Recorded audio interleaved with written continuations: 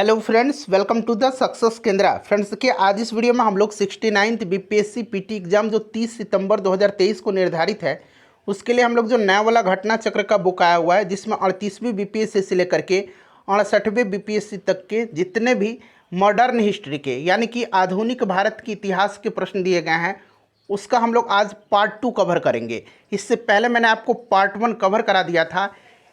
Total जो है modern history में 540 प्रश्न दिए गए हैं, तो मैंने आपको 282 तक यानी कि 282 तक जो है मैंने आपको पार्ट 1 में कवर करा दिया था। और आज इस सेशन में हम लोग 283 से आगे प्रश्नों को कवर करेंगे, 283 से लेकर के 540 तक के, यानी कि केवल 2 वीडियो में हम लोग पूरे आधुनिक भारत का जो इतिहास है, मॉडर्न हिस्ट्री है, उसको हम लोग कवर कर लेंगे आज। अगर आपने पार्ट 1 नहीं देखा है तो ज़रूर देख लीजिएगा, लिंक आपको डिस्क्रिप्शन बॉक्स में मिल जाएगा। चलिए फ्रेंड्स, सेशन आज के स्टार्ट करते हैं। पहले प्लीज़ एक बार सेशन को जल्दी से लाइक कर दीजिए, और जब सेशन पूरा देख लीजिएगा तो इसको कम से कम एक ग्रुप में अवश्य ही शेयर कर दीजिएगा। देखिए फ्रेंड्स, जैसे मैंने आपको बताया कि आज इस वीडियो में हम लोग 69th बीपीएससी पीटी एग्जाम, जी हाँ friends, 69th BPSC PT exam जो 30 सितंबर 2023 को निर्धारित है, उसके लिए हम लोग जो नया वाला घटना चक्र का बुक आया हुआ है, इसमें मॉडर्न हिस्ट्री का जितने भी प्रश्न दिए गए हैं, मैं आपको बता देता हूं। मॉडर्न हिस्ट्री के टोटल इसमें 540 प्रश्न है। हमने पार्ट 1 में क्वेश्चन नंबर 1 से लेकर के 282 तक को कवर करा दिया था, और आज हमारा यह मॉडर्न हिस्ट्री का पार्ट 2 है। पार्ट 2 में हम लोग क्वेश्चन नंबर 283 से लेकर के क्वेश्चन नंबर 540 तक को कवर कर लेंगे, यानी केवल 2 वीडियो में हमने कंप्लीट मॉडर्न हिस्ट्री को कवर करा दिया है आपको। अगर आपने पार्ट 1 नहीं देखा है तो ज़रूर देख लीजिएगा। चलिए स्टार्ट करते हैं 283 नंबर प्रश्न से कि 1940 में विनोबा भावे ने व्यक्तिगत सत्याग्रह कहाँ से आरंभ किया था। अगर आप आंसर जानते हैं तो आंसर कमेंट में देकर के बताते चलेंगे। देखिए, व्यक्तिगत सत्याग्रह की शुरुआत जो है 17 अक्टूबर 1940 को 17 अक्टूबर 1940 को पवनार आश्रम महाराष्ट्र से शुरू हुई थी। महात्मा गांधी जी ने किया था, और विनोबा भावे जो थे, विनोबा भावे यह इसके प्रथम सत्याग्रही थे। प्रश्न बनता है, प्रथम सत्याग्रही कौन थे व्यक्तिगत सत्याग्रह के? तो ये विनोबा भावे थे। दूसरे सत्याग्रही कौन थे? तो पंडित जवाहरलाल नेहरू थे। और तीसरे सत्याग्रही का नाम याद रखेंगे, तीसरे सत्याग्रही जो थे ये ब्रह्मदत्त थे। क्लियर है? तो 1940 में विनोबा भावे ने व्यक्तिगत सत्याग्रह कहाँ से आरंभ किया था? तो ऑप्शन सी हो जाएगा, पवनार महाराष्ट्र से। चलिए नेक्स्ट क्वेश्चन है, यहाँ पर आप देख सकते हैं ये पिछली बार 68th बीपीएससी प्री 2023 में प्रश्न पूछा गया है। अगला प्रश्न पढ़ेंगे कि 1918 में मॉन्टेग्यू सुधारों पर कांग्रेस ने एक महत्वपूर्ण रुख अपनाया, जिसके कारण पुराने उदारवादी अवशेष, जिसमें सप्रू, जयकर और चिंतामणि थे, टूट गए, जिन्होंने गठन किया था। तो देखिए फ्रेंड्स, ध्यान दीजिएगा, मॉन्टेग्यू घोषणा 1917 के संबंध में विचारों को लेकर के कांग्रेस के अंदर उदारवादियों और उग्रवादियों में मतभेद हो गए थे। परिणाम स्वरूप क्या हुआ कि नवंबर 1918 में सुरेंद्रनाथ बनर्जी के नेतृत्व में नेशनल लिबरल फेडरेशन, जिसको कि हिंदी में राष्ट्रीय उदारवादी संघ कहेंगे, तो राष्ट्रीय उदारवादी संघ या नेशनल लिबरल फेडरेशन नामक एक नए दल की स्थापना हुई। तो इंडियन नेशनल लिबरल फेडरेशन का जो है गठन हुआ था। चलिए अगला प्रश्न करेंगे। देखिए, ये भी प्रश्न 68th बीपीएससी प्री में पूछा गया प्रश्न है।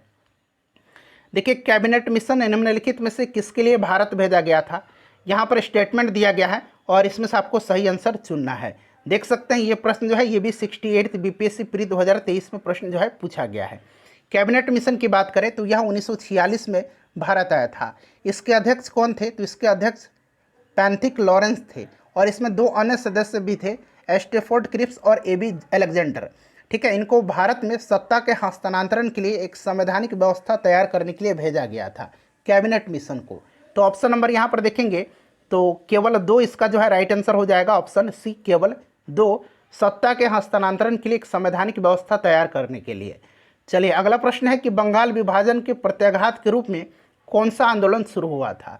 तो देखिए फ्रेंड्स, बंगाल विभाजन 16 अक्टूबर 1905 को प्रभावी हुआ था, यानी कि लागू हुआ था। और देखिए, बंगाल विभाजन के विरोध में जो है कलकत्ता के टाउन हॉल में कृष्ण कुमार मित्र और सुरेंद्रनाथ बनर्जी की अध्यक्षता में एक बैठक हुई, जहां स्वदेशी आंदोलन प्रारंभ करने और विदेशी वस्तुओं के बहिष्कार का निर्णय लिया गया था। और शुरुआत जो हुई थी स्वदेशी आंदोलन की 7 अगस्त 1905 को हुई थी। ये डेट आप याद रखेंगे, 7 अगस्त 1905 को। और बंगाल विभाजन जो हुआ था इसी के प्रत्याघात यानी कि विरोध के रूप में शुरू हुआ था। इसी अवसर पर जो रविंद्रनाथ टैगोर थे इन्होंने आमार सोनार बांग्ला लिखा, जो कि बाद में बांग्लादेश का राष्ट्रीय गान बना। ठीक है, राष्ट्रगान बना था। तो यह आपका स्वदेशी आंदोलन हो जाएगा। देखिए, नोआखली काल में महात्मा गांधी के सचिव कौन थे? नोआखली काल में महात्मा गांधी जी के सचिव जो थे ये प्यारेलाल थे, और प्यारेलाल जी की जो बहन थी डॉक्टर सुशीला नैयर, ये गांधी जी की व्यक्तिगत चिकित्सक थी। चलिए नेक्स्ट क्वेश्चन कर लेंगे। अगला प्रश्न है फ्रेंड्स, थोड़ा सा जल्दी में हम लोग कवर करेंगे क्योंकि प्रश्नों की संख्या ज़्यादा है, इसलिए आप लोग जल्दी जल्दी थोड़ा सा कवर करिए, सहयोग करिए ताकि हम लोग सेशन जल्दी से कवर कर लें।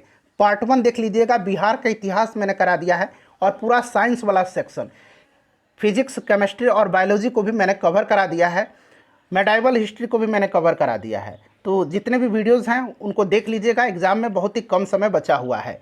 एडुटेरिया का प्रैक्टिस बुक भी कराया जा रहा है, सबका लिंक डिस्क्रिप्शन में मिल जाएगा, देख लीजिएगा। निम्न में से महात्मा गांधी का भारत में पहला सत्याग्रह कौन सा था?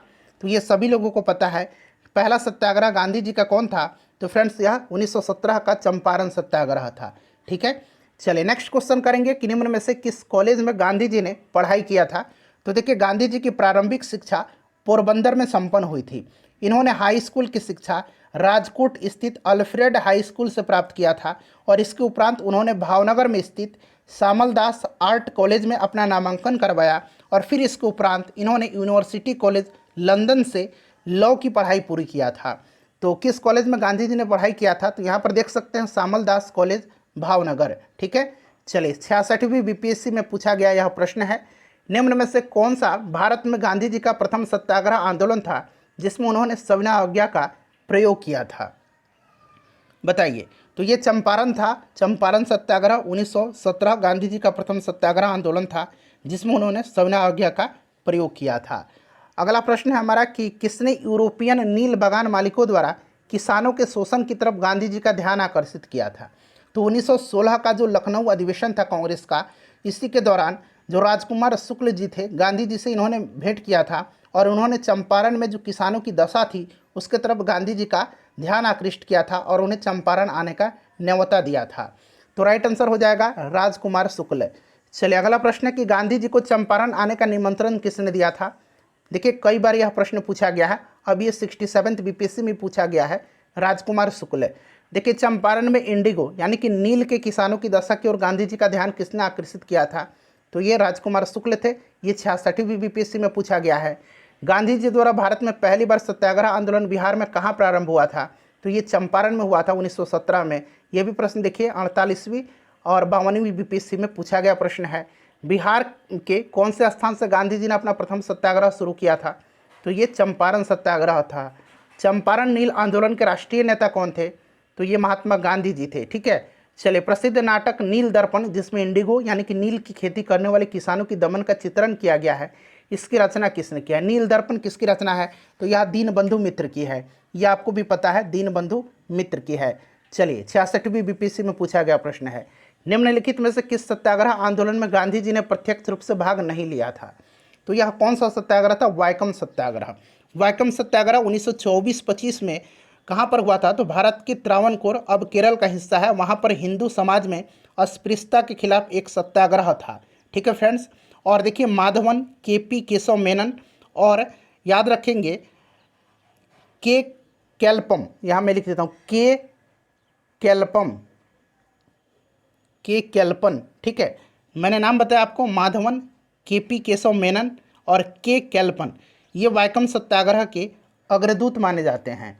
Option number C right answer हो जाएगा। बाकी राजकोट, खेड़ा और असहयोग में गांधी जी ने प्रत्यक्ष रूप से भाग लिया था, आपको भी पता है। ठीक है, चलिए इसका नेतृत्व भी स्वयं गांधी जी ने ही किया था। स्वाधीनता आंदोलन के दौरान महात्मा गांधी के करीबी अंग्रेज मित्र थे, कौन थे? तो फ्रेंड्स यह थे कौन? राइट आंसर हो जाएगा Charlie Andrews, reverend Charlie Andrews. Next question है, अंत्योदय कार्यक्रम का उद्देश्य था? अंत्योदय कार्यक्रम का उद्देश्य था, तो इसका उद्देश्य गरीबों में सबसे गरीब की सहायता करना। ठीक है, इस कार्यक्रम का विचार सर्वप्रथम महात्मा गांधी जी के द्वारा प्रस्तुत किया गया था, और इस संदर्भ में गांधी जी जॉन रस्किन की पुस्तक ऑन टू द लास्ट से प्रभावित हुए थे। On to the last. ठीक है, तो ये आपका हो जाएगा ऑप्शन नंबर सी। अगला प्रश्न है कि 1917-18 में अहमदाबाद में गांधी जी द्वारा चलाए गए सत्याग्रह में किसने हिस्सा लिया था? तो ये हिस्सा लिया था औद्योगिक कर्मियों ने। औद्योगिक कर्मियों ने 1917-18 में अहमदाबाद की एक कॉटन टेक्सटाइल मिल में मालिक और मजदूरों के बीच बोनस बढ़ाने के लिए चल रहे विवाद में गांधी जी ने हस्तक्षेप किया था और यह विवाद प्लेग बोनस को लेकर के था। ठीक है, तो यह आपका ऑप्शन नंबर बी हो जाएगा। उसके बाद देखिए, निम्न उद्योगपतियों में कौन से व्यक्ति लंबे समय तक AICC के खजांची रहे और सन 1930 में जेल भी गए थे? यानी कि अगर हम बात करें तो भारतीय राष्ट्रीय कांग्रेस के कोषाध्यक्ष कौन थे? तो ये सेठ जमनालाल बजाज थे। ये गांधी जी के निकट सहयोगी भी रहे थे और ये भारतीय राष्ट्रीय कांग्रेस के कोषाध्यक्ष भी थे और 1930 में ये जेल भी गए थे।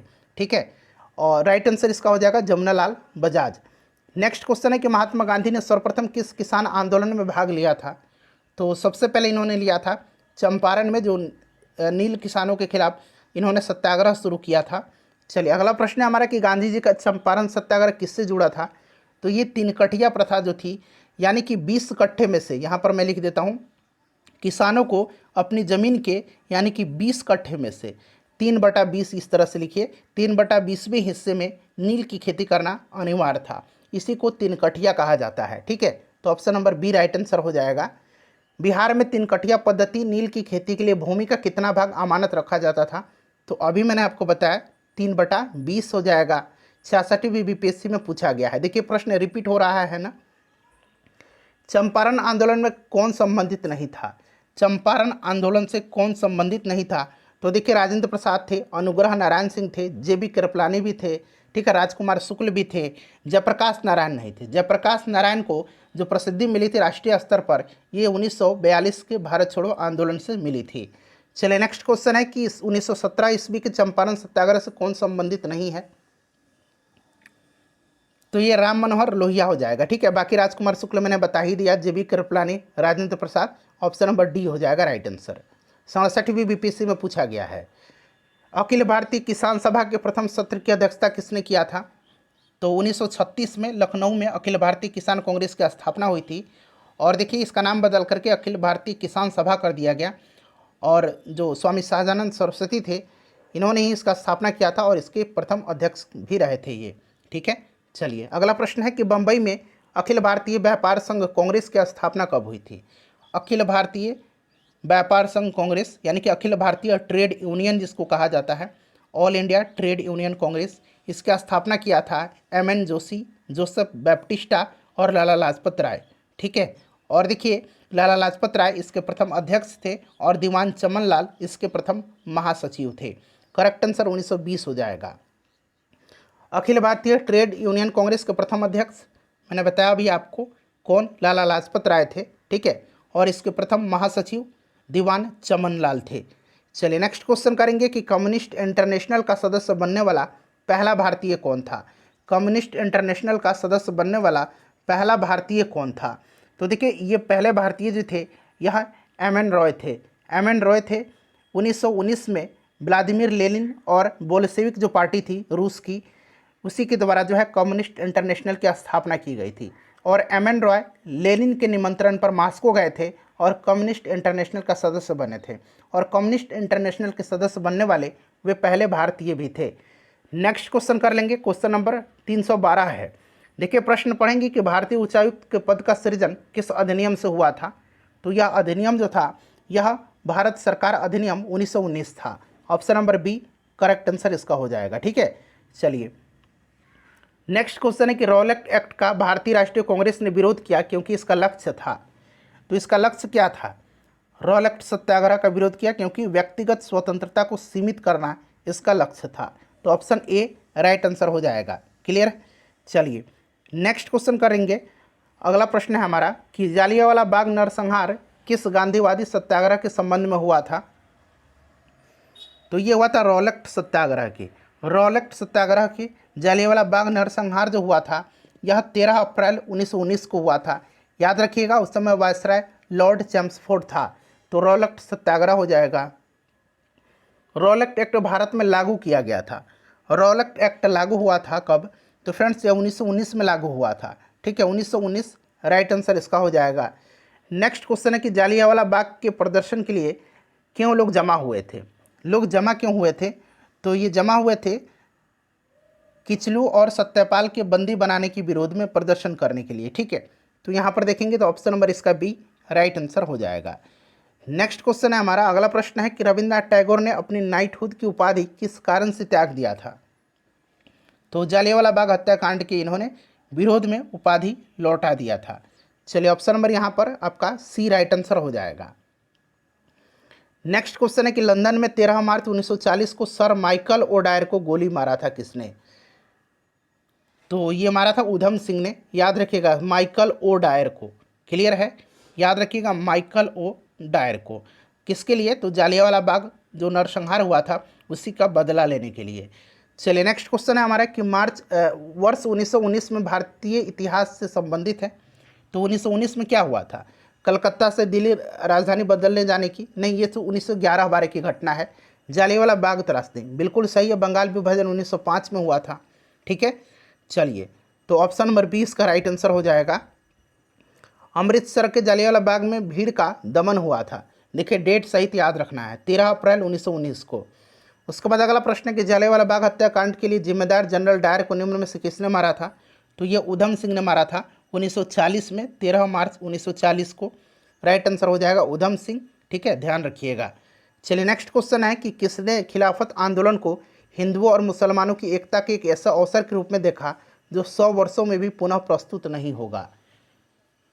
तो राइट आंसर हो जाएगा महात्मा गांधी जी ने। ऑप्शन नंबर सी महात्मा गांधी जी करेक्ट आंसर हो जाएगा। ठीक है, चलिए उसके बाद देखिए 1920 की खिलाफत कमेटी की सभा जिसने गांधी जी को असहयोग आंदोलन के नेतृत्व को संभालने का अनुरोध किया था वह किस शहर में हुआ था? तो फ्रेंड्स ये कहाँ हुआ था? तो ये इलाहाबाद में हुआ था। कहाँ पर हुआ था? 1920 में खिलाफत कमेटी ने इलाहाबाद में इस सलाह को स्वीकार किया और गांधी जी को आंदोलन का नेतृत्व करने का अधिकार सौंपा था। ठीक है, तो राइट आंसर हो जाएगा इलाहाबाद। नेक्स्ट क्वेश्चन कर लेंगे कि गांधी जी के असहयोग आंदोलन में लोगों को शराब से परहेज करने का आग्रह किया गया, फलस्वरूप सरकार के राजस्व में भारी कमी आई। एक प्रदेश की सरकार ने लोगों को फिर से शराब पीने को प्रेरित करने के लिए प्रमुख व्यक्तियों की एक सूची प्रसारित की जो शराब पीते थे। उस प्रदेश का नाम आपसे पूछा जा रहा है। 64वीं बीपीएससी का यह प्रश्न है, बताइएगा इसका करेक्ट आंसर क्या हो जाएगा। तो यह कौन सा प्रदेश था? तो यह प्रदेश जो था यह बिहार था। ऑप्शन नंबर बी इसका राइट आंसर हो जाएगा, बिहार था, जहाँ पर अभी शराब बंद है। ठीक है, चलिए उसके बाद नेक्स्ट क्वेश्चन कर लेंगे कि महात्मा गांधी ने खिलाफत आंदोलन का समर्थन क्यों किया? तो गांधी जी अंग्रेजों के खिलाफ अपने आंदोलन में भारतीय मुसलमानों का सहयोग प्राप्त करना चाहते थे। Option number B right answer इसका हो जाएगा। चलिए उसके बाद देखिए भारतीय राष्ट्रीय कांग्रेस ने असहयोग आंदोलन किस वर्ष प्रारंभ किया था? असहयोग आंदोलन शुरू हुआ था 1 अगस्त 1920 को। ठीक है, 1 अगस्त 1920 को। Option number C right answer हो जाएगा। ध्यान रखेंगे 1 अगस्त 1920 को गांधी जी ने असहयोग आंदोलन की शुरुआत किया था। गांधी जी ने असहयोग आंदोलन कब प्रारंभ किया था? 1920। नेक्स्ट क्वेश्चन है कि किस क्षेत्र में राहुल संकृत्यायन 1920 के असहयोग आंदोलन में सक्रिय थे? तो राहुल संकृत्यायन जो थे ये छपरा से। ठीक है, छपरा इसका राइट आंसर हो जाएगा, ऑप्शन नंबर ए। क्लियर है, ध्यान रखिएगा। नेक्स्ट क्वेश्चन है हमारा कि किस घटना के बाद महात्मा गांधी ने असहयोग आंदोलन को अपनी हिमालय जैसी भूल बताई थी? हिमालय जैसी भूल बताई थी, बताइए। तो यह चौरी चौरा का कांड हुआ था जिसके फलस्वरूप गांधी जी ने जो असहयोग आंदोलन था उसको स्थगित करने का निर्णय लिया था। चलिए तो option number A right answer हो जाएगा।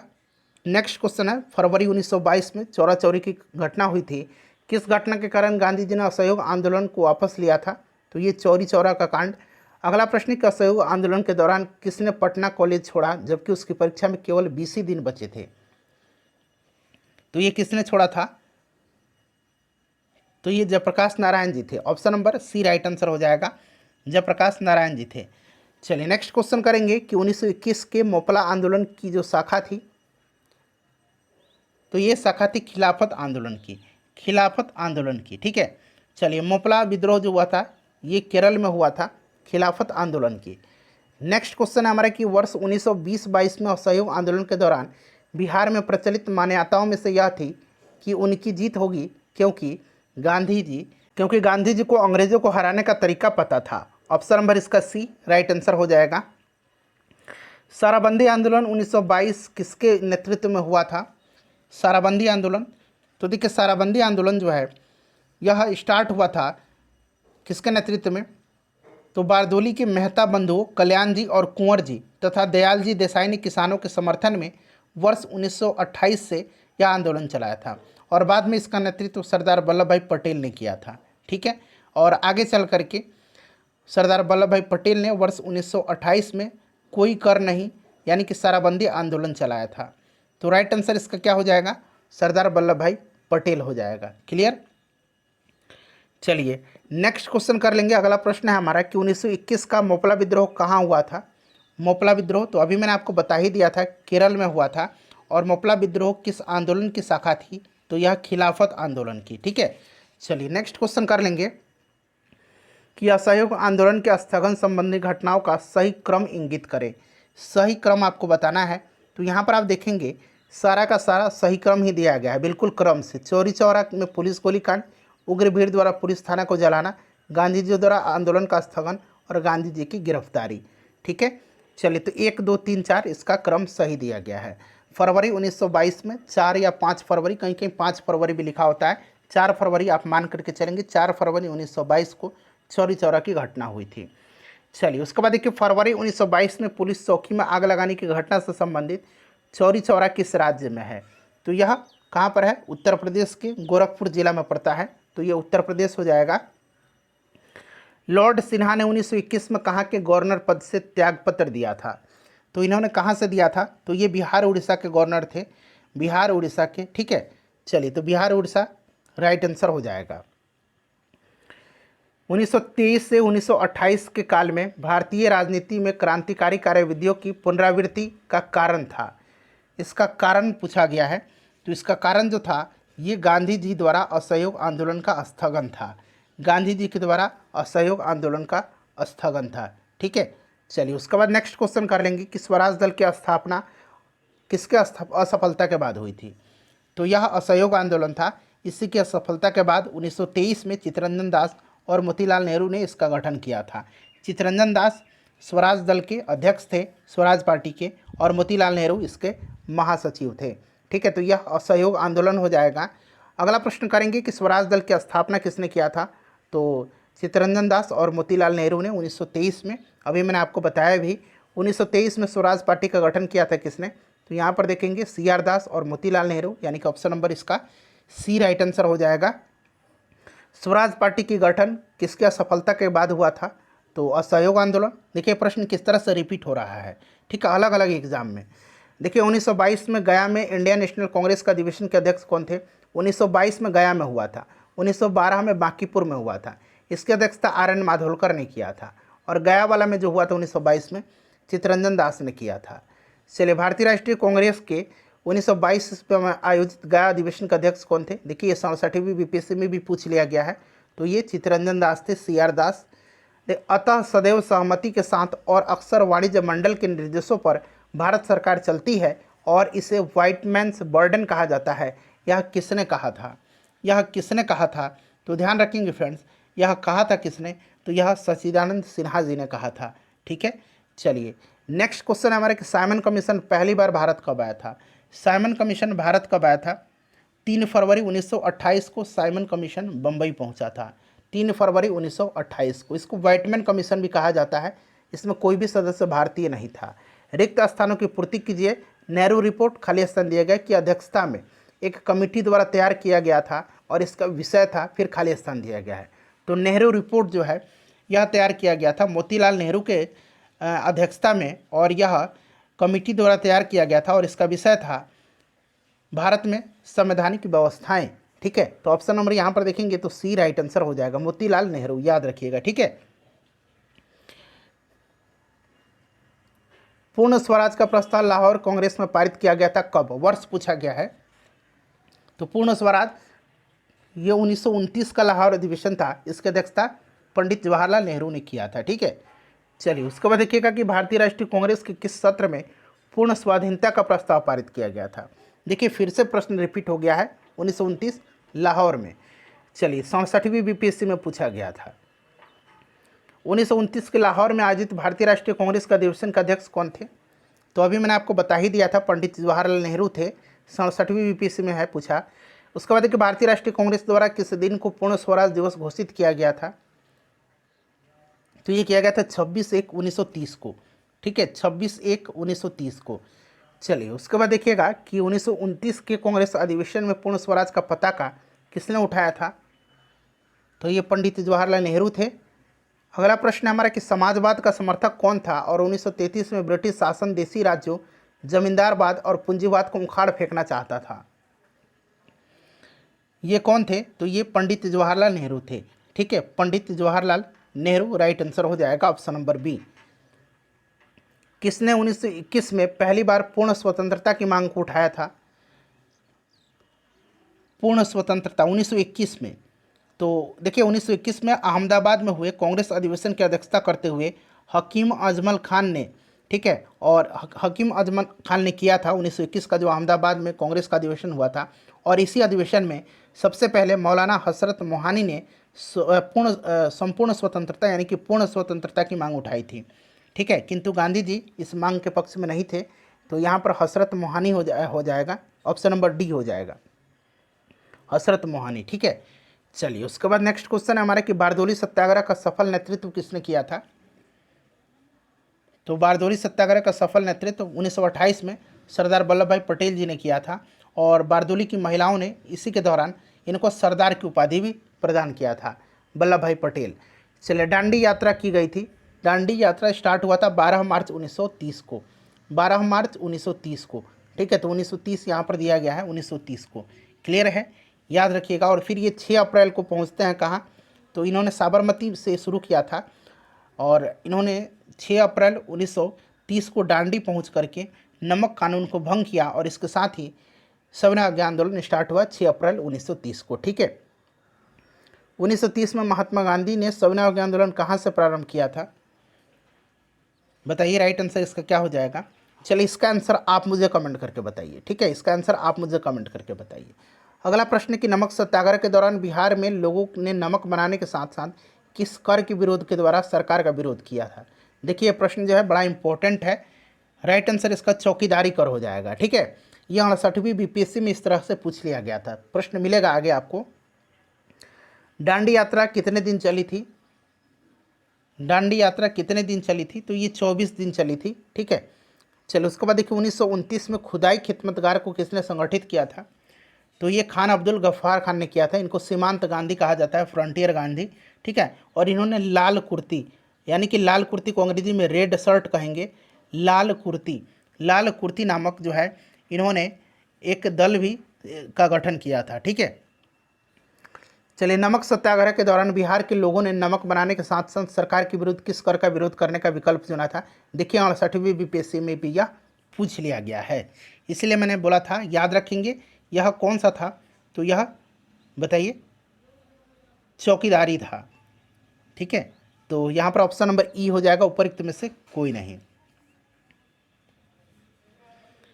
और बिहार में नमक सत्याग्रह जो है यह शुरू हुआ था सारण और चंपारण, सबसे पहले इन्हीं 2 जिलों में। ठीक है, चलिए अगला प्रश्न हमारा कि श्री कृष्ण सिंह द्वारा गठित बिहार की निर्वाचित सरकार ने फरवरी 1938 में किस कारण से इस्तीफा दे दिया था?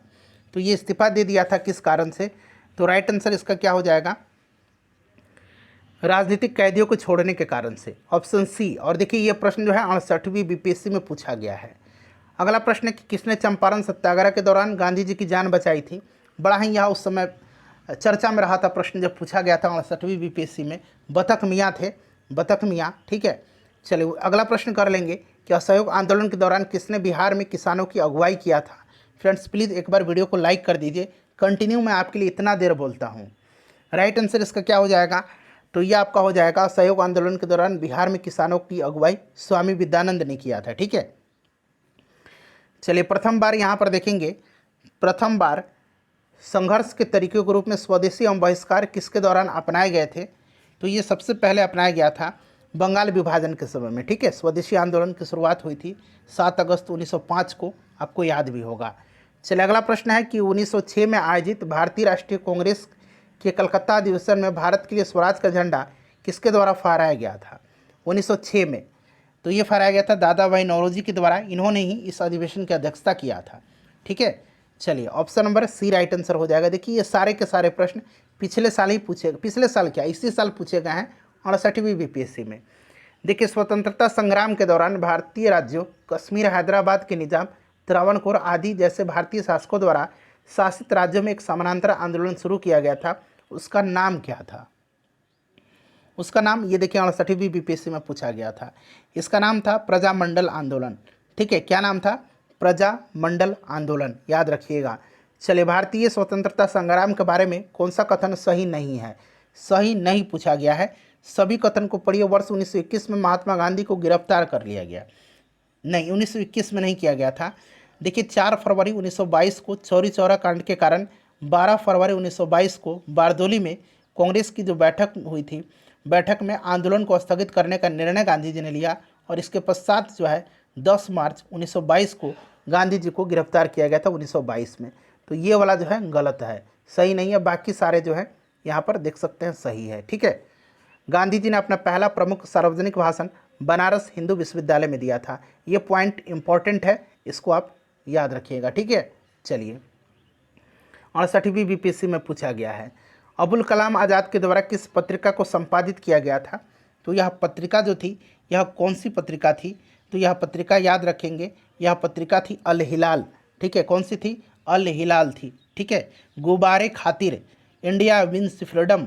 ठीक है, Al Hilal, India wins freedom, Ghubar e Khatir, इन सब प्रमुख रचनाएं जो हैं यह अबुल कलाम आज़ाद की है। ठीक है, चलिए नेक्स्ट क्वेश्चन करेंगे। और यहाँ पर देखिए जमींदार और द कॉमरेड, जमींदार और द कॉमरेड रचना जो है, जमींदार किसकी है? तो जमींदार सिराजुद्दीन और कॉमरेड जो है यह मौलाना मोहम्मद अली के द्वारा इसकी रचना की गई है। ठीक है, कॉमरेड याद रखेंगे।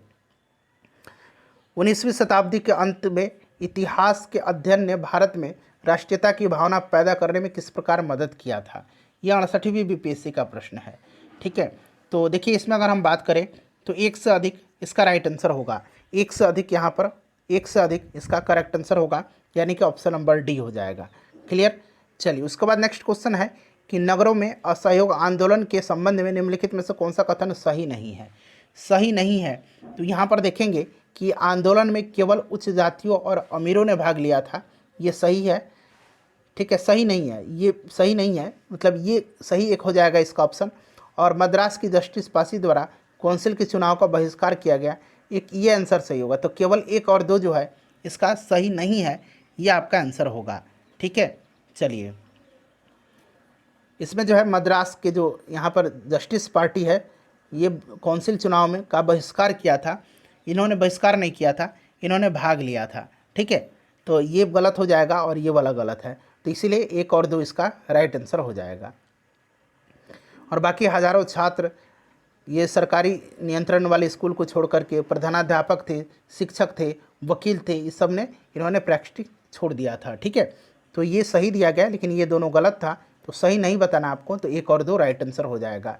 68वीं बीपीएससी का है भाई। चलो उसके बाद देखिएगा कि एक सन्यासी जो फिजी में एक गिरमिटिया मजदूर के रूप में काम करने के बाद उस जिले में अपनी पीठ पर तुलसीदास रामायण की एक प्रति लेकर के आया था, जिससे वह ग्रामीण श्रोताओं को छंद सुनाता था।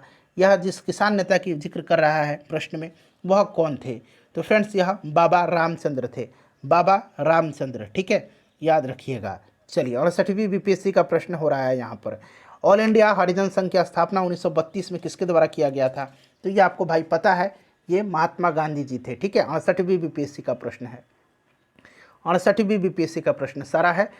20 फरवरी 1947 को प्रधानमंत्री एटली ने, ब्रिटेन के प्रधानमंत्री थे, भारत से ब्रिटिश शासन को कब तक वापस लेने की घोषणा किया था? तो ये लिया था कब तक? तो जून 1948 के पहले ही। ठीक है, तो जून 1948 इसका राइट आंसर हो जाएगा। अगला प्रश्न है कि स्वराज दल की स्थापना बिहार में किसने किया था?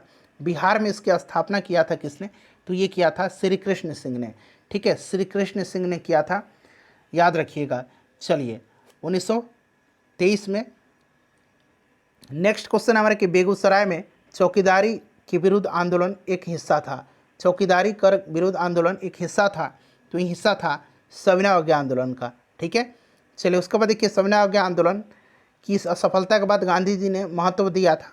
तो गांधी जी ने महत्व दिया था रचनात्मक कार्यक्रम में। ठीक है, रचनात्मक कार्यक्रम में, ध्यान रखिएगा। चलिए तो ऑप्शन नंबर यहाँ पर ए राइट आंसर हो जाएगा। अगला प्रश्न है कि निम्नलिखित में से किस भारतीय नेता ने लंदन में प्रथम गोलमेज कॉन्फ्रेंस में भाग लिया था? तो ये लिया था किसने? मौलाना मोहम्मद अली ने लिया था। ठीक है, मौलाना मोहम्मद अली ने 3 गोलमेज कॉन्फ्रेंस हुए थे, राउंड टेबल कॉन्फ्रेंस, 1930 में, 1931 में दूसरा और 1932 में तीसरा। ठीक है, चलिए तो ये ऑप्शन नंबर ए हो जाएगा राइट आंसर। चलिए नेक्स्ट क्वेश्चन कर लेंगे। अगला प्रश्न है हमारा कि तीनों गोलमेज सम्मेलन में किसने भाग लिया था? तो तीनों गोलमेज सम्मेलन में भाग लिया था, इसमें से क्या हो जाएगा? ऑप्शन नंबर सी हो जाएगा भीमराव अंबेडकर जी ने। भीमराव अंबेडकर जी ने। महात्मा गांधी ने दूसरे गोलमेज सम्मेलन में हिस्सा लिया था। ठीक है, चलिए नेक्स्ट क्वेश्चन है हमारा कि गांधी इरविन समझौता कब हुआ था? गांधी इरविन पैक्ट, इसको दिल्ली समझौता भी कहा जाता है, यह 5 मार्च 1931 को हुआ था। ठीक है, याद रखिएगा। चलिए उसके बाद देखिए प्रसिद्ध गांधी इरविन समझौता कब हुआ था? देखिए प्रश्न दोबारा पूछा गया है, 5 मार्च 1931 को, याद रखिएगा। चलिए नेक्स्ट क्वेश्चन है कि कौन से गोलमेज सम्मेलन 1932 में हुआ था? तो अभी मैंने बताया था 1930 में पहला, 1931 में दूसरा और 1932 में तीसरा गोलमेज सम्मेलन हुआ था। भारतीय राष्ट्रीय कांग्रेस ने किस गोलमेज सम्मेलन में भाग नहीं लिया था? नहीं लिया था किसमें बताइएगा, राइट आंसर इसका क्या हो जाएगा? नहीं लिया था पहला और तीसरा में। ठीक है, पहला और तीसरा में, दूसरा में भाग लिया था, तो एक से अधिक राइट आंसर इसका हो जाएगा। चलिए दूसरे गोलमेज सम्मेलन किस प्रश्न पर असफल रहा था? तो ये सांप्रदायिक प्रतिनिधित्व पर। ठीक है, सांप्रदायिक प्रतिनिधित्व पर, याद रखिएगा। ऑप्शन नंबर यहाँ पर ए राइट आंसर हो जाएगा। नेक्स्ट क्वेश्चन है महात्मा गांधी दिसंबर 1931 में खाली हाथ कहाँ से भारत लौटे थे?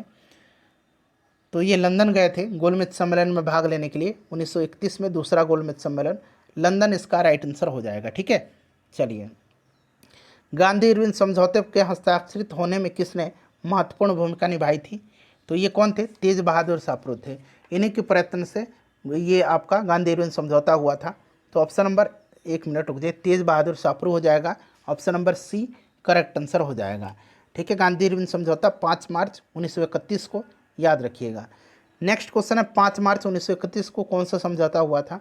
तो ये इरविन गांधी समझौता। ठीक है, चलिए उसके बाद देखिए अगस्त 1932 में रैमजे मैकडोनाल्ड के सांप्रदायिक पंचायत के द्वारा पहली बार एक पृथक निर्वाचक समूह बनाया गया था। बताइएगा राइट आंसर क्या हो जाएगा? राइट आंसर 16 अगस्त 1932 को सांप्रदायिक पंचायत जो है कम्युनल अवार्ड यह प्रस्तुत किया गया था ब्रिटिश प्रधानमंत्री रैमजे मैकडोनाल्ड के द्वारा, और इसके अंतर्गत प्रत्येक अल्पसंख्यक समुदाय के लिए विधानमंडलों में कुछ सीट सुरक्षित की गई, जिनके सदस्यों का चुनाव पृथक निर्वाचक मंडलों के द्वारा किया जाना था। मुसलमान और सिख, ईसाई, आंग्ल भारतीय यानी कि एंग्लो इंडियन महिलाओं को तो पहले से ही अल्पसंख्यक माना जाता था। अब इस नए कानून के अंतर्गत दलित वर्ग को अल्पसंख्यक मान करके हिंदुओं से अलग कर दिया गया, तो ये दलित वर्ग हो जाएगा। ठीक है, चलिए उसके बाद देखिएगा कि सांप्रदायिक अवार्ड एवं पूना पैक्ट में क्रमशः दलित वर्ग के लिए कितनी सीटें दी गई थी? तो यह सीट दिया गया था। बताइए राइट आंसर क्या हो जाएगा? राइट आंसर इसका ऑप्शन नंबर बी हो जाएगा, 71 और 148। ठीक है, चलिए 148, 71। अगला प्रश्न है कि पूना समझौता का उद्देश्य क्या था? पूना समझौता का उद्देश्य 24 सितंबर 1932 को पूना में गांधी जी और बाबा साहब अम्बेडकर के बीच यह समझौता हुआ था, और इसके अनुसार विभिन्न प्रांतीय विधानमंडलों में दलित वर्गों के लिए 148 सीटें आरक्षित की गई, जबकि सांप्रदायिक अधिनियम जो था सांप्रदायिक पंचायत उसमें केवल 71 सीटों का ही व्यवस्था था। तो राइट आंसर इसका क्या हो जाएगा? करेक्ट आंसर इसका ऑप्शन नंबर बी हो जाएगा। ठीक है, चलिए उसके बाद देखिएगा कि बहिष्कृत भारत जनरल किसने शुरू किया था? बहिष्कृत भारत शुरू किया था बाबा साहब अम्बेडकर जी ने, याद रखिएगा। ठीक है, बहिष्कृत हितकारिणी सभा की भी स्थापना इन्होंने किया था, इसे भी आप ध्यान रखेंगे। उसके बाद देखिएगा कि अपने किस कार्यकारिणी कमेटी में कांग्रेस ने भू स्वामित्व को समाप्त करने की नीति अपनाई थी? तो ये नीति अपनाई थी 1937 की कार्यकारिणी कमेटी में, 1937 की कार्यकारिणी कमेटी में। अगला प्रश्न है कि किसके द्वारा कलकत्ता में एशियाटिक सोसाइटी की स्थापना किया गया था? 1784 में स्थापना किया था। किसने? तो विलियम जोन्स ने, विलियम जोन्स ने। ठीक है, याद रखिएगा। चलिए, और इस संस्था के तहत अनेक महत्वपूर्ण भारतीय ग्रंथों का अंग्रेजी में अनुवाद भी हुआ था।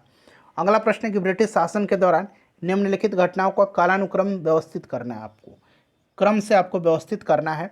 तो यहाँ पर आप देखेंगे तो साइमन आयोग, ठीक है, साइमन आयोग यानी कि यह 1900 साइमन कमीशन 1927, उसके बाद आपका हो जाएगा डांडी मार्च 1930, पूना समझौता 1932 और गांधी इरविन समझौता जो है यह 1931, ठीक है। तो क्रम हो जाएगा आपका 1 नंबर यानी कि बी, उसके बाद ए, उसके बाद आपका हो जाएगा पूना समझौता 1932, ठीक है। तो आपका डी और सी यानी कि ऑप्शन नंबर बी इसका राइट आंसर हो जाएगा। चलिए अगला प्रश्न है कि भारतीय स्वतंत्रता संग्राम के दौरान प्रार्थना समाज की स्थापना किसने किया था?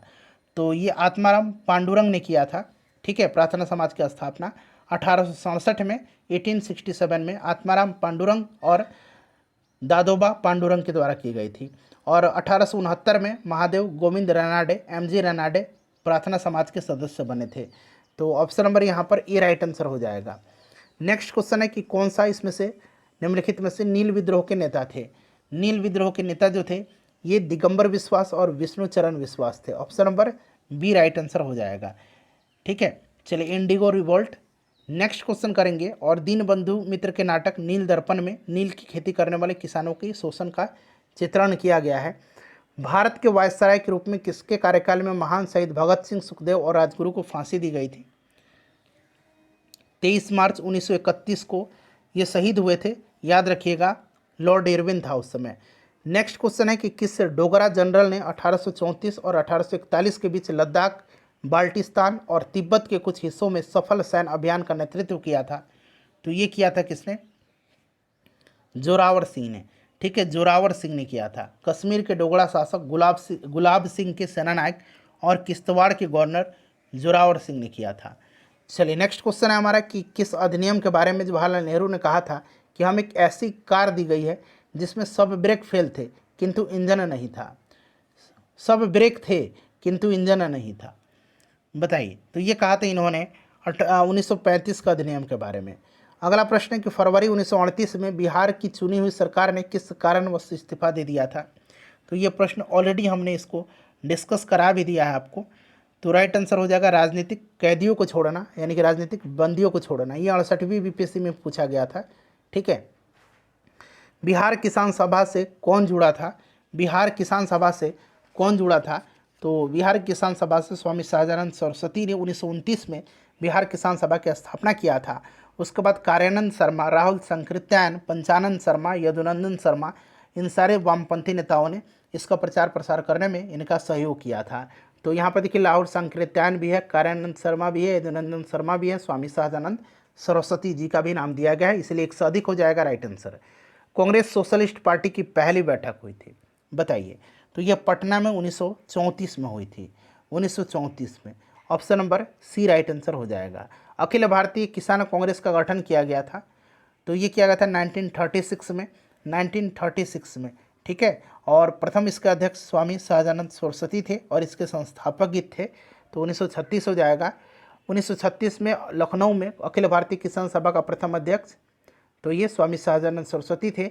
वह कौन जगह थी जहाँ अखिल भारतीय किसान सभा का प्रथम अधिवेशन हुआ था? तो ये कहाँ था? तो यह लखनऊ था। अभी हमने इसको डिस्कस भी किया है। स्वामी सहजानंद सरस्वती ने भूमि और जलमार्ग के राष्ट्रीयकरण की मांग के साथ अखिल भारतीय संयुक्त किसान सभा का गठन किया था, बताइए। तो करेक्ट आंसर हो जाएगा उनकी मृत्यु से ठीक पहले, ठीक है। चलिए नेक्स्ट क्वेश्चन है हमारा कि भारत ट्रेड यूनियन कांग्रेस के पहले अध्यक्ष कौन थे? ये सारा प्रश्न हो गया है, लाला लाजपत राय थे। ट्रेड यूनियन आंदोलन के क्रांतिकारी चरण का समय था, तो ये समय जो था ये आपका 1926 से 1939 तक माना जाता है, ठीक है। 1926 से 1939 तक, तो ये 26 से 39 हो जाएगा। उसके बाद देखिएगा कांग्रेस सोशलिस्ट पार्टी की पहली बैठक पटना में कब हुई थी? मैंने आपको बता ही दिया था अभी, 1934 में, ठीक है। जयप्रकाश नारायण किस पार्टी से संबंधित थे? तो जयप्रकाश नारायण संबंधित थे कांग्रेस सोशलिस्ट पार्टी से, कांग्रेस समाजवादी पार्टी से, ठीक है। चलिए इसके संस्थापक आचार्य नरेंद्र देव, जयप्रकाश नारायण और भी लोग थे इसमें, ठीक है। फूलन प्रसाद वर्मा भी थे, गंगा शरण सिंह थे, ठीक है, और भी लोग थे।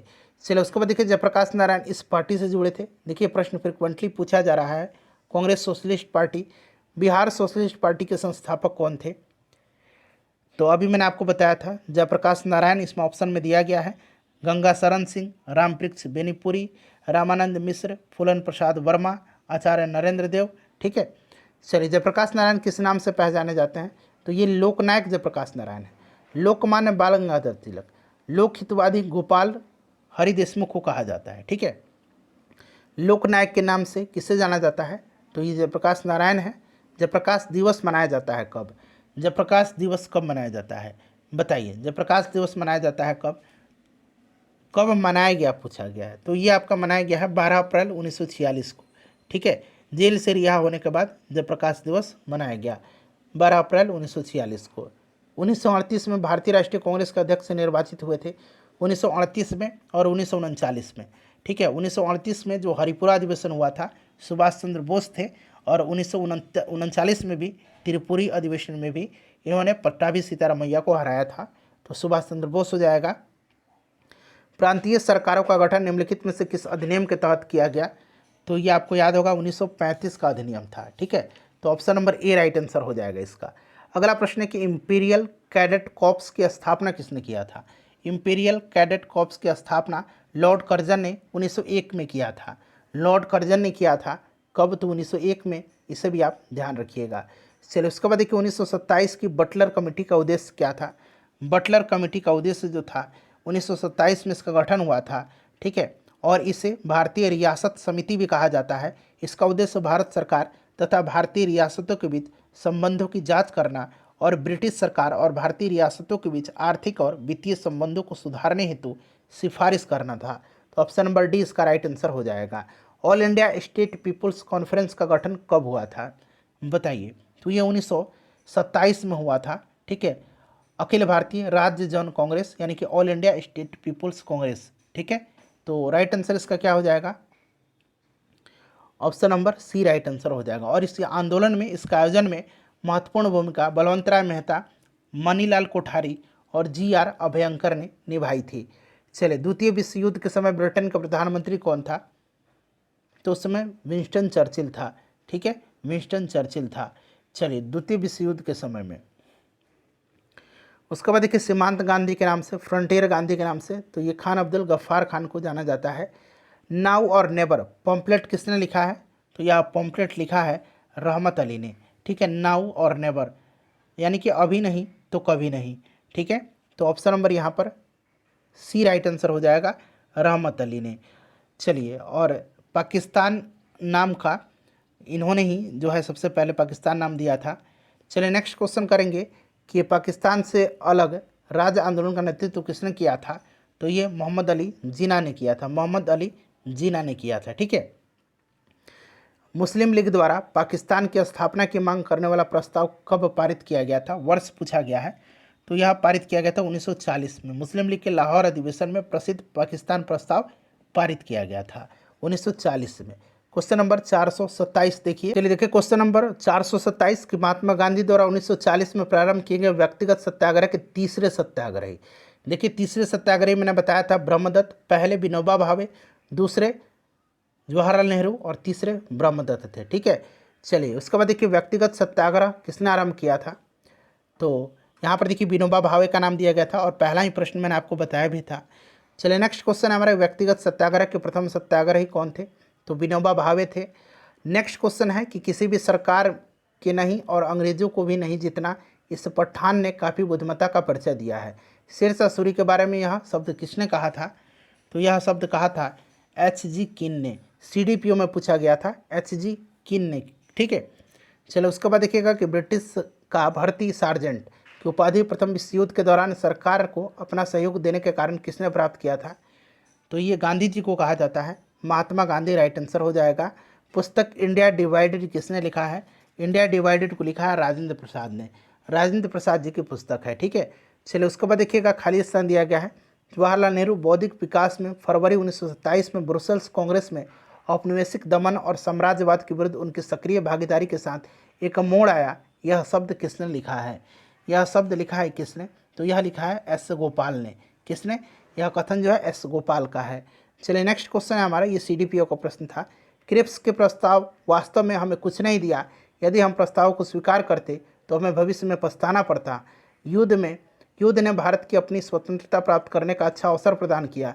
केवल एक वचन पर आधारित होने के कारण हमें इससे सीखना होगा चाहिए, ठीक, इसे हमें खोना नहीं चाहिए। यह शब्द किसने लिखा है? यह शब्द लिखा है किसने? तो यह शब्द लिखा है मौलाना अबुल कलाम आज़ाद ने। यह भी CDPO का प्रश्न है। किस घटना या किन घटनाओं ने ब्रिटिश प्रधानमंत्री क्लीमेंट एटली को सदमा पहुंचाया, जिसने घोषणा किया कि ब्रिटिश साम्राज्यवाद की इमारत को एक बड़ा झटका लगा है? तो करेक्ट आंसर इसका क्या हो जाएगा? तो राइट आंसर इसका हो जाएगा आज़ाद हिंद फौज का सैन्य अभियान और शाही भारतीय जल सेना का विद्रोह, ठीक है, रॉयल नेवी का विद्रोह। चलिए उसके बाद देखिएगा, किसने स्वतंत्र भारत के प्रथम प्रधानमंत्री जवाहरलाल नेहरू का साहस और दूरदर्शिता के एक उत्कृष्ट नेता के रूप में अभिवादन किया? तो ये किया है किसने? तो यह किया है लॉर्ड माउंटबेटन ने, ठीक है, ऑप्शन नंबर बी हो जाएगा राइट आंसर।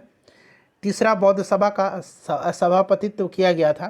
तीसरा बौद्ध सभा जो है ये पाटलिपुत्र में हुआ था, सम्राट अशोक के समय में मोगली पुत्र तीस ने किया था, ठीक है। चलो उसके बाद देखिएगा कि जागीर बांटने की फिरोज शाह तुगलक की नीति के पीछे कौन सी शक्ति थी? तो यह शक्ति थी कौन सी शक्ति? तो यह जागीर बांटने में फिरोज शाह तुगलक की नीति के पीछे की आवश्यकता एक महत्वपूर्ण प्रेरक शक्ति थी, समय की आवश्यकता। Option number D right answer हो जाएगा। बंगाल प्रांत के साथ बिहार प्रांत को कब मिलाया गया? बिहार प्रांत को कब मिलाया गया? तो ये मिलाया गया 1733 ईस्वी में। बिहार सूबा का विलय बंगाल सूबा में किया गया था 1733 में, ठीक है। चलो उसके बाद देखिए, किस ब्रिटिश अधिकारी ने भारत सरकार को सूचित किया कि पटना के मुसलमान पेशावर के नज़दीक 64वीं नेटिव इन्फेंट्री के साथ आपस में पत्र व्यवहार करते थे और याचना की कि ब्रिटिश के विरुद्ध बगावत करें? करेक्ट आंसर इसका क्या हो जाएगा? सही आंसर इसका क्या हो जाएगा? करेक्ट आंसर फ्रेंड्स इसका ऑप्शन नंबर ए हो जाएगा, रॉबर्ट मोंटगोमरी ने, ठीक है। चलिए उसके बाद देखिए, 1888 में इलाहाबाद में किस राजा ने भारतीय राष्ट्रीय कांग्रेस के चौथे अधिवेशन के संपन्न होने में बहुत बहुमूल्य सहायता प्रदान किया था? बताइएगा राइट आंसर क्या हो जाएगा? तो ये दरभंगा के राजा ने इस अधिवेशन में संपन्न होने में बहुमूल्य जो है भूमिका निभाया था। अगला प्रश्न है हमारा कि 11 अगस्त 1942 को पटना शहर में भारत छोड़ो आंदोलन का किन्होंने मार्गदर्शन किया था? तो ये किया था किसने? तो नगर के अधीनस्थ नागरिकों ने, ठीक है, नगर के अधीनस्थ नागरिकों ने। चलिए उसके बाद देखिए, सर्वोदय शब्द का प्रयोग सर्वप्रथम किसने किया था? तो महात्मा गांधी जी ने किया था सर्वोदय का प्रयोग। चलिए किसकी दृष्टि में क्रिप्स प्रस्ताव एक टूटे हुए बैंक के नाम पर एक उत्तर दिनांकित चेक है, यानी कि पोस्ट डेटेड चेक अपॉन ए क्रैशिंग बैंक? तो यह जो है यह किसका है? तो ये जवाहरलाल नेहरू का। ऑप्शन नंबर बी हो जाएगा इसका राइट आंसर, ठीक है। उसके बाद देखिए, भारत छोड़ो आंदोलन का नेतृत्व किसने किया था? बताइए। तो यहाँ पर देखिए इनमें से कोई नहीं हो जाएगा, क्योंकि जितने भी महत्वपूर्ण नेता थे ये सब जेल चले गए थे, सब गिरफ्तार कर लिए गए थे, ठीक है। चलिए नेक्स्ट क्वेश्चन हमारा, भारत छोड़ो आंदोलन कब प्रारंभ हुआ था? भारत छोड़ो आंदोलन 9 अगस्त 1942 को। करो या मरो का संबंध किस आंदोलन से है? तो महात्मा गांधी जी ने नारा दिया था करो या मरो, महात्मा गांधी जी ने भारत छोड़ो आंदोलन के समय।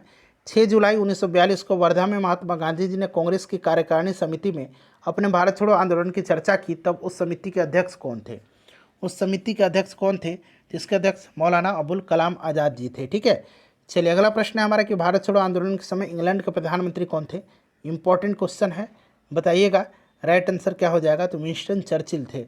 चलिए उसके बाद नेक्स्ट क्वेश्चन है कि भारत छोड़ो प्रस्ताव पारित होने के बाद गांधी जी को कैद कर लिया गया था, तो इनको आगा खां पैलेस में रखा गया था। भारत छोड़ो आंदोलन के दौरान खुफिया रेडियो किसने प्रारंभ किया था? खुफिया रेडियो प्रारंभ किया था उषा मेहता ने। उषा मेहता, ठीक है, इन्होंने ही संचालन करने वाली जो समूह थी इनकी सदस्य बनी थी, ठीक है, उषा मेहता। चलिए अगला प्रश्न है हमारा कि भारत छोड़ो आंदोलन से उत्पन्न दंगे किस क्षेत्र में सबसे अधिक व्यापक रहे थे? सबसे अधिक व्यापक जो रहे थे ये बिहार में रहे थे और संयुक्त प्रांत में रहे थे, इसलिए ऑप्शन नंबर डी हो जाएगा 1 और 4। देखिए डॉक्टर राजेंद्र प्रसाद को 9 अगस्त 1942 को गिरफ्तार करके कहाँ भेजा गया था? यानी कि भारत छोड़ो आंदोलन के समय इनको भेजा गया था बांकीपुर जेल में, ठीक है, और जयप्रकाश नारायण को हजारीबाग जेल में। 7 दिसंबर 1942 को योगेंद्र शुक्ल कहाँ लाए गए थे? योगेंद्र शुक्ल जयप्रकाश नारायण के साथ ही 9 नवंबर 1942 को हजारीबाग जेल से भागे थे, किंतु मुजफ्फरपुर में गिरफ्तार कर लिया गया था और इनको बक्सर जेल लाए गए थे, ये बक्सर जेल में, ठीक है। यहाँ पर बक्सर नहीं दिया गया है। चलिए 1942 ईस्वी में किस त्यौहार के अवसर पर जयप्रकाश नारायण हजारीबाग जेल से भागे थे। देखिए 67वीं बीपीएससी री एग्जाम 2022 में पूछा गया है। तो ये दीपावली की रात थी, दीपावली की रात थी, ठीक है, दीपावली राइट आंसर हो जाएगा। भारत छोड़ो आंदोलन के दौरान इनमें से कौन हजारीबाग जेल से फरार हुए थे। तो हजारीबाग जेल से फरार कौन हुए थे, जयप्रकाश नारायण हुए थे। कौन थे, जयप्रकाश नारायण हुए थे। 9 अगस्त 1942 को जिन दो नेताओं का, देखिए बिहार का इतिहास मैं एक अलग वीडियो में आपको कवर करवा दूंगा। जितना भी मॉडर्न बिहार का हिस्ट्री है, मॉडर्न बिहार हिस्ट्री मैंने आधुनिक बिहार का इतिहास, जिसमें भारतीय स्वतंत्रता संग्राम में बिहार का योगदान है, उसको मैं कवर करवा दूंगा, ठीक है। चलिए बताइएगा 9 अगस्त 1942 को जिन दो नेताओं को गिरफ्तार किया गया था वे कौन थे। तो राइट आंसर इसका क्या हो जाएगा, ये थे आपका शिव कुमार और रामानंद, ठीक है। चलिए हजारीबाग से इनको गिरफ्तार किया गया था। महात्मा गांधी तथा उनके सहयोगियों की 1942 में हुई धरपकड़ में से बिहार में बहुत दंगे हुए। इसमें रेल सेवा पूर्ण रूप से ठप हो गई। इसमें अधिकतम प्रभावित जिला कौन सा था। तो यह जिला जो प्रभावित था ये पटना रहा था। चलिए जयप्रकाश नारायण को राष्ट्रीय स्तर के नेता की पहचान, तो मैंने आपको बताया ही था, भारत छोड़ो आंदोलन के समय में मिली थी, ठीक है, 1942 में। उसके बाद देखिए आज़ाद दस्ता बिहार के किस आंदोलन के दौरान सक्रिय रहा था। आज़ाद दस्ता बताइए। तो आज़ाद दस्ता जो है भारत छोड़ो आंदोलन के दौरान जेल से फरार होने के बाद जयप्रकाश नारायण ने बिहार में आज़ाद दस्ता गठित किया था। तो जयप्रकाश नारायण हो जाएगा भारत छोड़ो आंदोलन। कौन सी घटना सबसे पहले हुई थी इसमें से, कौन सी घटना इसमें से सबसे पहले हुई थी। तो क्रिप्स का आगमन हुआ था, ठीक है, यह आया था क्रिप्स का आगमन मार्च 1942 में। और भारत छोड़ो का प्रस्ताव जो है ये अगस्त 1942 में। गवर्नर जनरल के पद पर लॉर्ड बेबल का आगमन हुआ था अक्टूबर 1943 में। कैबिनेट मिशन का आगमन 1946 में हुआ था। तो 1942 में ये मार्च में घटना हुई थी, ठीक है, और भारत छोड़ो आंदोलन ये अगस्त की घटना है। चलिए ऑप्शन नंबर बी हो जाएगा राइट आंसर।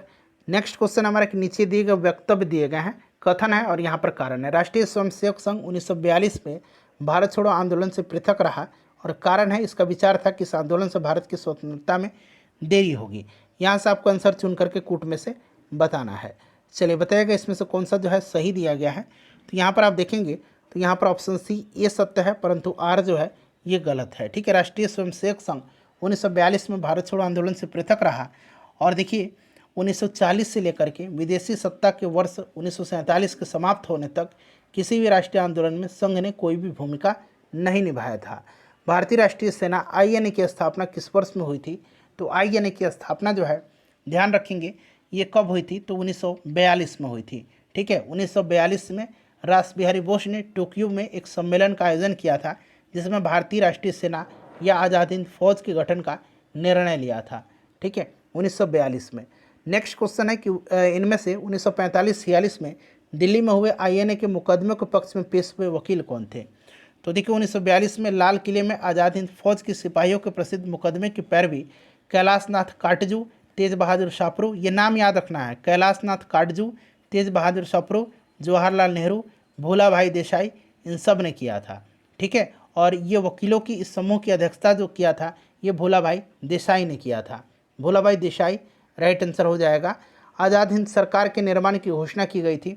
आज़ाद हिंद सरकार के निर्माण की घोषणा यह किया गया था 21 अक्टूबर 1943 को, ठीक है, 1943 को। Option number C right answer हो जाएगा। 1943 में आज़ाद हिंद फौज अस्तित्व में आई थी। तो ये सिंगापुर में, कहाँ पर, सिंगापुर में, याद रखिएगा। INA किसके दिमाग की उपज थी और किसने इसका स्थापना किया था। तो INA सुवहन सिंह की, ठीक है, ये दिमाग की उपज थी। और इसकी स्थापना किसने किया था बताइए, राइट आंसर क्या हो जाएगा। ऑप्शन नंबर बी हो जाएगा, मोहन सिंह ने, ठीक है, लेकिन ये असफल हुआ था। चलिए उसके बाद देखिए फॉरवर्ड ब्लॉक की स्थापना किसने किया था। फॉरवर्ड ब्लॉक की स्थापना सुभाष चंद्र बोस जी ने किया था। Option number A right answer हो जाएगा, सुभाष चंद्र बोस जी ने किया था, ठीक है। फॉरवर्ड ब्लॉक किसके द्वारा स्थापित किया गया था, फिर से प्रश्न पूछा गया है। सुभाष चंद्र बोस। सुभाष चंद्र बोस के नाम के पहले सम्मान सूचक नेताजी किस देश में जोड़ा गया। तो नेताजी जोड़ा गया जर्मनी में, ठीक है, नेताजी जर्मनी में जोड़ा गया था और जर्मनी में यह जोड़ा गया था, ठीक है। तो जर्मनी राइट आंसर हो जाएगा। सच्चिदानंद सिन्हा किसके साथ जुड़े हुए थे। सच्चिदानंद सिन्हा जुड़े हुए थे, तो ये जुड़े हुए थे इनमें से किसी के भी साथ नहीं, ठीक है। तो ऑप्शन नंबर इसका डी राइट आंसर हो जाएगा, किसी भी साथ इनका संबंध नहीं था। चलिए उसके बाद देखिएगा कि अखिल भारतीय फॉरवर्ड ब्लॉक की स्थापना के लिए सुभाष चंद्र बोस से कौन जुड़े और आईएनए आंदोलन के साथ भी जुड़े रहे। तो ये कौन थे, तो ये थे सीलभद्र याजी। नाम याद रखिएगा, सीलभद्र याजी। सुभाष चंद्र बोस ने निकोबार द्वीप का नाम जो है नया नाम क्या कर दिया था, तो फ्रेंड्स इन्होंने नया नाम कर दिया था स्वराज द्वीप। ठीक है, स्वराज द्वीप कर दिया था। और अंडमान द्वीप का नाम शहीद द्वीप कर दिया था। अंडमान द्वीप का नाम शहीद द्वीप, निकोबार का स्वराज कर दिया था। चलिए उसके बाद देखिए मिलान करना है। यहाँ पर देखिए बारदोली, बताइए, तो ये आपका हो जाएगा बारदोली कहाँ पर, तो ये गुजरात, चौरी चौरा उत्तर प्रदेश, यरवड़ा कहाँ पर है, तो यरवड़ा हो जाएगा आपका महाराष्ट्र, और नवाखाली पश्चिम बंगाल। ठीक है, तो ये मिला लीजिए आप लोग। अब ऑप्शन नंबर यहाँ पर सी इसका राइट आंसर हो जाएगा। चलिए कैबिनेट मिशन भारत आया था, तो कैबिनेट मिशन आया था कब, 1946 में। ठीक है, पैंथिक लॉरेंस थे इसके अध्यक्ष, और 2 सदस्य थे, स्टेफोर्ड क्रिप्स और AB अलेक्जेंडर। ठीक है, तो इनमें से कोई नहीं राइट आंसर हो जाएगा। कैबिनेट मिशन की अध्यक्षता किसके द्वारा किया गया था, तो अभी मैंने आपको बताया था Pethick Lawrence, sir P Lawrence के द्वारा। नेक्स्ट क्वेश्चन है कि इनमें से कौन 1946 में भारत भेजे गए कैबिनेट मिशन का सदस्य नहीं था, तो इसमें से रैमजे मैकडोनाल्ड नहीं था, बाकी ये तीनों थे। नेक्स्ट क्वेश्चन हमारा कि इनमें से कौन कैबिनेट मिशन का सदस्य नहीं था। देखिए प्रश्न कितना बार रिपीट हुआ है, बेबल नहीं था इसमें। चलिए वो कौन सा कांग्रेस अध्यक्ष था जिसने क्रिप्स मिशन और लॉर्ड बेबल दोनों से वार्ताएं की, तो ये कौन थे, तो फ्रेंड्स यह कौन थे, बताएंगे राइट आंसर क्या होगा, तो ये मौलाना अबुल कलाम आज़ाद साहब थे। अंग्रेजों के द्वारा भारतीयों को 1947 में सत्ता हस्तांतरित किए जाने के समय कांग्रेस अध्यक्ष कौन था, तो उस समय अध्यक्ष कौन थे कांग्रेस के, तो ये JB कृपलानी थे। ठीक है, उसके बाद एक स्वतंत्रता के समय पूछा जाता है JB कृपलानी। भारत के विभाजन के समय भारतीय राष्ट्रीय कांग्रेस का अध्यक्ष कौन था, तो देखिए प्रश्न फिर से रिपीट हुआ है, JB कृपलानी थे। अगला प्रश्न है कि 1947 में भारतीय राष्ट्रीय कांग्रेस के दिल्ली अधिवेशन की अध्यक्षता किसने किया था, तो ये किया था डॉक्टर राजेंद्र प्रसाद ने। याद रखिएगा, ये बड़ा महत्वपूर्ण है। इलाहाबाद में संपन्न भारतीय राष्ट्रीय कांग्रेस का, देखिए इलाहाबाद में संपन्न कांग्रेस कार्यकारिणी समिति की बैठक निम्नलिखित सदस्यों में से एक सदस्य भारत में नाजीवाद, फांसीवाद तथा साम्राज्यवाद विरोधी निश्चित रूप के कारण जापान के विरुद्ध गोरिल्ला युद्ध की अपनी योजना के पक्ष में बहुमत जुटाने में सक्षम हुए थे, वे कौन थे, तो फ्रेंड्स यह थे जवाहरलाल नेहरू। ठीक है, चलिए उसके बाद नेक्स्ट क्वेश्चन है हमारा कि नागरिक सेवाओं के लिए प्रतियोगी परीक्षा प्रणाली को सिद्धांततः स्वीकार किया गया, तो कब किया गया था, तो 1853 के चार्टर एक्ट में यह व्यवस्था की गई कि नियंत्रण बोर्ड और उसके अन्य पदाधिकारियों के वेतन सरकार निश्चित करेगी, परंतु धन कंपनी देगी। ठीक है, डायरेक्टर की संख्या 24 से घटा करके 18 कर दी गई, और उसमें 6 क्राउन द्वारा मनोनीत किए जाने थे। ठीक है, और नियुक्तियां अब प्रतियोगी परीक्षाओं के द्वारा की जानी थी, जिसमें किसी भी प्रकार का भेदभाव नहीं किया जाएगा। अगला प्रश्न हमारा कि निम्नलिखित में से किस अधिनियम के तहत लॉर्ड कॉर्नवालिस को अपनी काउंसिल के फैसलों को रद्द करने का अधिकार मिला था। अच्छा प्रश्न है, तो यह 1786 का एक्ट था। ठीक है, 1786 का। भारत सरकार अधिनियम 1935 ने समाप्त कर दिया है, तो ये क्या समाप्त कर दिया, तो ये समाप्त कर दिया था प्रांतीय द्वैध शासन व्यवस्था को। ठीक है, प्रांतीय द्वैध शासन व्यवस्था को समाप्त करके प्रांतीय स्वायत्तता लागू की गई थी। ठीक है, चलिए अगला प्रश्न है कि यहाँ पर मिलान करना है, एक तरफ पुस्तक है और दूसरी तरफ उनके लेखक का नाम दिया गया है। चलिए आइए मिलाते हैं। History of the freedom movement of India, ये ताराचंद की है। किसकी है, ताराचंद की। दूसरा देखिए history of the freedom movement in Bihar, यह है के दत्ता की। ठीक है, के दत्ता की।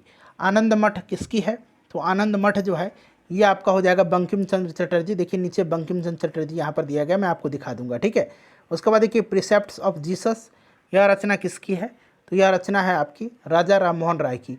ये याद रखिएगा, इंपॉर्टेंट है। ठीक है, अवर इंडियन मुसलमान, यह रचना किसकी है, तो यह रचना है W हंटर की। ठीक है, तो यहाँ पर मैं आपको दिखा देता हूँ। ठीक है, देखिए बंकिम चंद्र चटर्जी दिया गया है, तो यहाँ से ऑप्शन नंबर इसका सी राइट आंसर हो जाएगा। नेक्स्ट क्वेश्चन है अमेरिका में फ्री हिंदुस्तान अखबार किसने शुरू किया था, अमेरिका में शुरू किया था तारकनाथ दास ने। ठीक है, फ्री हिंदुस्तान अखबार तारकनाथ दास ने इसको शुरू किया था। ठीक है, तो option number D right answer हो जाएगा। इंडियन अनरेस्ट के लेखक कौन है, इंडियन अनरेस्ट को लिखा है किसने, तो वैलेंटाइन सिरोल ने लिखा है। ठीक है, चलिए उपन्यास दुर्गेश नंदिनी के लेखक दुर्गेश नंदिनी को लिखा है बंकिम चंद्र चटर्जी ने। आनंद मठ इन्हीं की रचना है। ठीक है, याद रखेंगे। उसके बाद देखिए निम्नलिखित में से किस अखबार का प्रकाशन पटना से होता था, पटना से होता था। तो ये अखबार था इंडियन नेशन। 1931 में दरभंगा के महाराज कामेश्वर सिंह ने द इंडियन नेशन का प्रकाशन शुरू किया था, इंडियन नेशन का। झंडा गीत किसने लिखा है? झंडा गीत को लिखा है किसने? श्यामलाल गुप्ता पार्षद ने। ठीक है। 1908 में बाल गंगाधर तिलक को जेल हुई थी, कितने साल के लिए? तो इनको 6 वर्ष की सज़ा हुई थी। ठीक है, 6 वर्ष की सज़ा सुनाया गया था। उसके बाद के प्रथम भारतीय जिन्होंने स्वाधीन भारत में गवर्नर जनरल का पदभार ग्रहण किया था, तो ये कौन थे? तो ये सी राजगोपालाचारी थे। ठीक है। कौन से प्रसिद्ध भारतीय गुरुदेव के नाम से जाने जाते थे? तो गुरुदेव कहा जाता था रविंद्रनाथ टैगोर को। ठीक है, रविंद्रनाथ टैगोर को गुरुदेव के नाम से ये जाने जाते थे। चलिए अगला प्रश्न है कि जय जवान जय किसान का नारा किसने दिया था? तो ये नारा दिया था लाल बहादुर शास्त्री जी ने। अगला प्रश्न हमारा कि किसके द्वारा मंदिरों में प्रवेश के अधिकार के मांग की प्रस्तुति के कारण 1899 में तिरुनेलवेली में भयंकर दंगे हुए थे? तो ये दंगा हुआ था, बताइए। तो राइट आंसर इसमें महार हो जाएगा। ठीक है, तो राइट आंसर यहाँ पर महार हो जाएगा। चलिए तो ऑप्शन नंबर नडार और महार, ठीक है, दोनों ध्यान रखेंगे। तो इसमें नडार नहीं दिया गया है, इसमें नडार नहीं दिया गया, इसमें महार दिया गया है। चलिए उसके बाद देखिएगा कि भारतीय राजनीति में 1947 के बाद किस महिला ने सर्वाधिक योगदान दिया था? तो ये अरुणा असफ अली थी। कौन थी? अरुणा असफ अली थी, याद रखिएगा। चलिए नेक्स्ट क्वेश्चन हमारा कि अंतरिम सरकार में वित्त मंत्री कौन थे? अंतरिम सरकार में वित्त मंत्री लियाकत अली थे, लियाकत अली थे अंतरिम सरकार में वित्त मंत्री। ठीक है। चलिए उसके बाद नेक्स्ट क्वेश्चन हमारा कि हम बहुत बड़ी भूल करेंगे यदि हम बिहार की जनता और उसके मंत्रिमंडल को लीग के नेताओं के हिंसक और असभ्य आक्रमणों के आगे आरक्षित छोड़ देंगे। वर्ष 1946 में यह बात किसने कहा था? तो यह बात कहा था सरदार वल्लभ भाई पटेल ने। ठीक है। 1946 ईस्वी में बनी अंतरिम सरकार में डॉक्टर राजेंद्र प्रसाद के पास कौन सा विभाग था? तो ये खाद्य और कृषि मंत्री थे। नेक्स्ट हमारा क्वेश्चन है कि 1946 में गठित अंतरिम सरकार के मंत्रिमंडल में श्रम विभाग किससे सौंपा गया था? तो श्रम विभाग जो सौंपा गया था, ये सौंपा गया था बाबू जगजीवन राम को। ठीक है। चलिए अगस्त 1923 में बनारस हिंदू महासभा के अधिवेशन की अध्यक्षता किसने किया था? तो फ्रेंड्स यह किया था पंडित मदन मोहन मालवीय जी ने, पंडित मदन मोहन मालवीय जी ने। उसके बाद कि फ्रंटियर गांधी का असली नाम? तो ये खान अब्दुल गफ्फार खान थे। राजेंद्र प्रसाद कहाँ के रहने वाले थे? तो राजेंद्र प्रसाद बिहार के रहने वाले थे, ये आपको पता है। ठीक है, बिहार राइट आंसर हो जाएगा। रामचंद्र शर्मा किस गांव के थे? रामचंद्र शर्मा किस गांव के थे? रामचंद्र शर्मा जो थे यह अमहारा पटना के निवासी थे। ठीक है, अमहारा पटना के निवासी थे। बिहार में फॉरवर्ड ब्लॉक के ये प्रमुख नेता थे। जगत नारायण लाल को किस जेल में भेजा गया था? जगत नारायण लाल को किस जेल में भेजा गया था? तो याद रखेंगे इनको भेजा जाता बांकीपुर जेल में। ठीक है, बांकीपुर जेल में इनको भेजा गया था। चलिए ये जगत नारायण प्रसिद्ध स्वतंत्रता सेनानी और जयप्रकाश नारायण के सहयोगी थे और भारत छोड़ो आंदोलन के ये प्रमुख नेता थे। ठीक है। चलिए अगला प्रश्न है कि विश्व में शांति और आपसी सहयोग स्थापित करने के लिए नेहरू जी ने कौन सा सिद्धांत प्रस्तुत किया था? तो यह सिद्धांत है नॉन अलाइंग का, यानी कि गुट निरपेक्षता का सिद्धांत है। उसके बाद देखिए राज्य विभाग की स्थापना किसके अध्यक्षता में की गई? राज्य विभाग की स्थापना जो है यह किसके अध्यक्षता में किया गया था? तो ये किया गया था सरदार वल्लभ भाई पटेल की अध्यक्षता में। ठीक है, सरदार वल्लभ भाई पटेल की अध्यक्षता में। Option number D right answer हो जाएगा। उसके बाद देखिए स्वतंत्रता के पूर्व बिहार में निम्नलिखित में से एक वर्चस्वशाली जाति यानी कि डोमिनेंट कास्ट नहीं थी, कौन सी? तो ये कुर्मी हो जाएगा। देवबंद के उस विद्वान का नाम बताइए जिन्होंने स्वतंत्रता आंदोलन में महत्वपूर्ण भूमिका निभाई थी। तो ये कौन थे? तो ये आपका अबुल कलाम आज़ाद साहब थे, ध्यान रखिएगा। इंडिया विंस फ्रीडम इनकी प्रसिद्ध कृति है, याद रखिएगा। चलिए स्वतंत्र भारत के पहले भारतीय गवर्नर जनरल कौन थे? स्वतंत्र भारत के सी राजगोपालाचारी थे। डॉक्टर राजेंद्र प्रसाद को संविधान सभा का सभापति 9 दिसंबर को हुआ था पहला बैठक, 9 दिसंबर 1946 को। इसमें सच्चिदानंद सिन्हा को अस्थायी अध्यक्ष चुना गया था और 11 दिसंबर को जो हुआ था 11 दिसंबर 1946 को इनमें डॉक्टर राजेंद्र प्रसाद को अस्थायी अध्यक्ष चुना गया था। ठीक है। चलिए रेगुलेटिंग एक्ट कब पारित हुआ था? रेगुलेटिंग एक्ट 1700 कब पारित हुआ था बताइए? करेक्ट आंसर क्या हो जाएगा? किस साल पारित हुआ था? 73 में। ठीक है। चलिए उसके बाद नेक्स्ट क्वेश्चन हमारा कि ब्रिटिश शासन काल में संविधान के विकास में कौन सा कानून ऐतिहासिक नहीं था? तो इसमें से अगर बात करें तो protection of civil rights act 1955, ठीक है, बाकी ये सारे महत्वपूर्ण थे।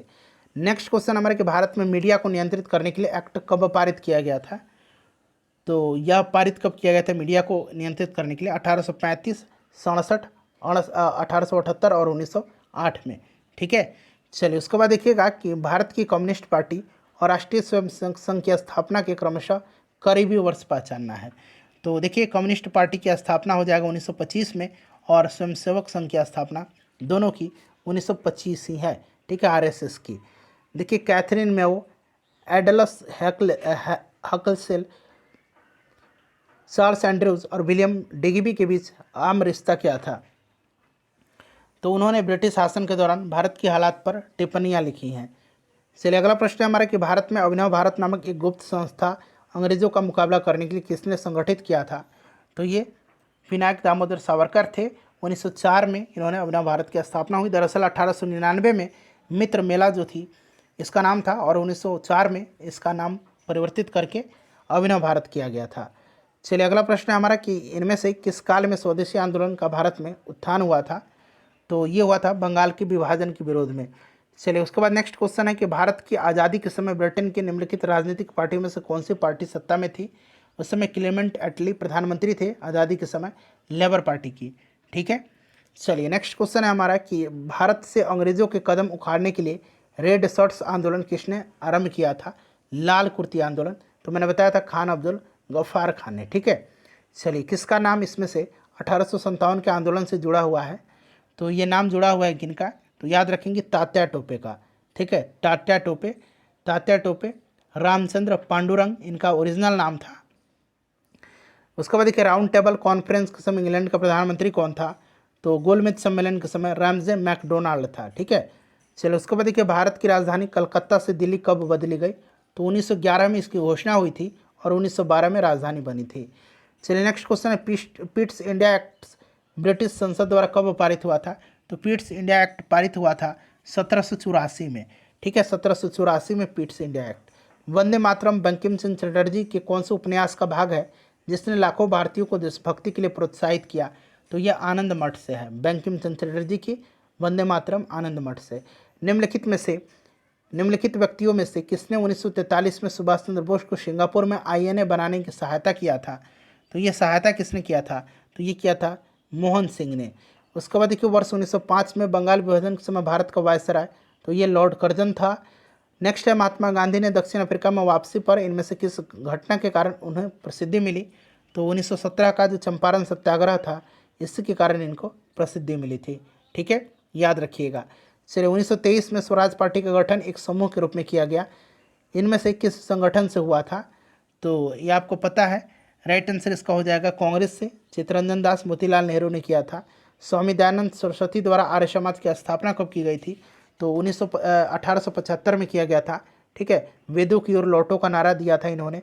सत्यार्थ प्रकाश इनकी रचना है, याद रखेंगे। ठीक है, सत्यार्थ प्रकाश।